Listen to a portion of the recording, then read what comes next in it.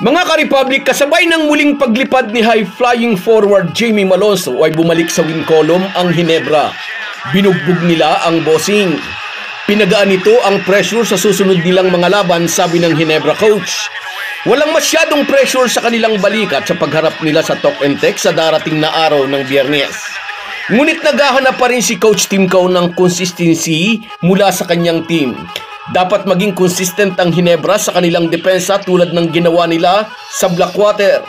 No room for error, dagdag pa ng American mentor, dahil nagiging maskip na ang kompetisyon para makaakyat sa playoffs.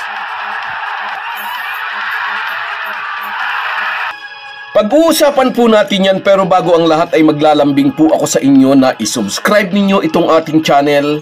At kung di masyadong makakaabala ay i-like at paki-share na rin ninyo. Malaking bagay po yan sa aming mga vlogger. Maraming salamat.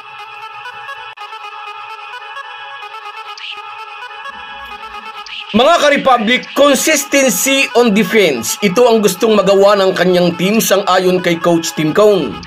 May natitira pang 3 elimination game ang Ginebra at isang panalo na lang ang kanilang kailangan upang makatiyak ng isang pwesto sa playoffs.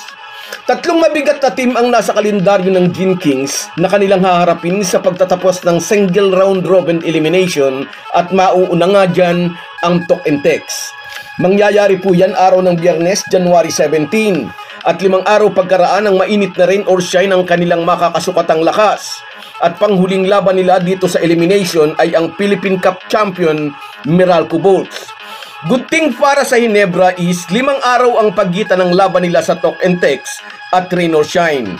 At 1 linggo naman ang pagitan bago nila harapin ng Meralco. Magkakaroon ng sapat na pahinga at preparasyon para sa mga nakatakdang bakbakan. Gusto ng Ginebra coach na mag-playoff mood na ang kanyang mga players. Ituring nilang krusyal ang bawat laro. Dahil pagkatapos ng huli nilang 3 elimination game ay lalo pang hihirap ang mga labang kanilang haharapin. Kaya gusto ni Coach Tim Cone, playoff mindset na ang kanyang mga bataan. Ang Talk and Text na makakalaban ng Ginebra sa darating na Biyernes, January 17 ay galing sa isang malaking panalo laban sa Converge noong Sabado.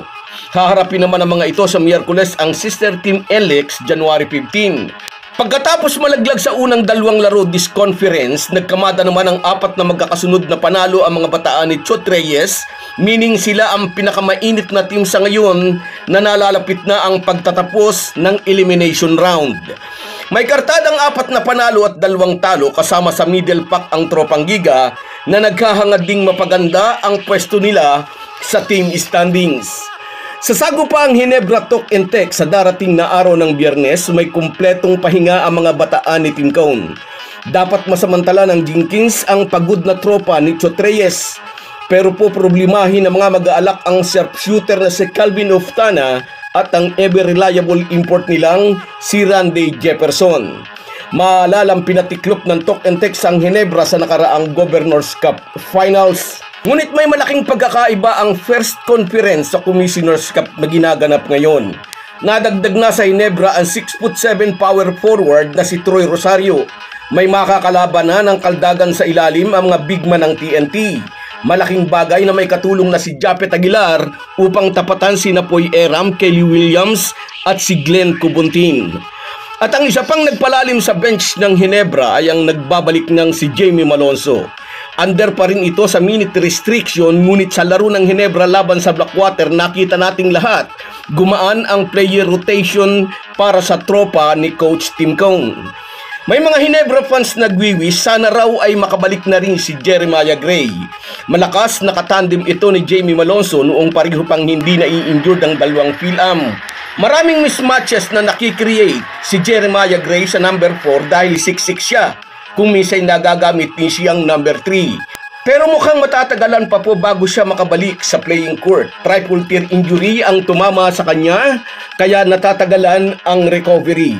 Pero sa nakikita natin mukhang okay na ang current lineup ng mga mag-aalak.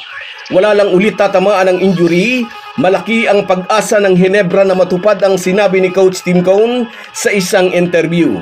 Ngayong 2025 ay gusto niyang sumungkit ng championship ang Barangay Ginebra. So guys, yan lang muna. Hanggang sa muli.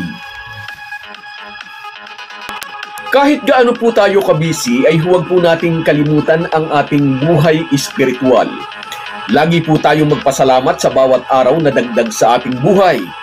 Malaki po ang maitutulong ng pananalangin araw-araw. Isang paalala po mula sa inyong Halo-Halo Sports Republic.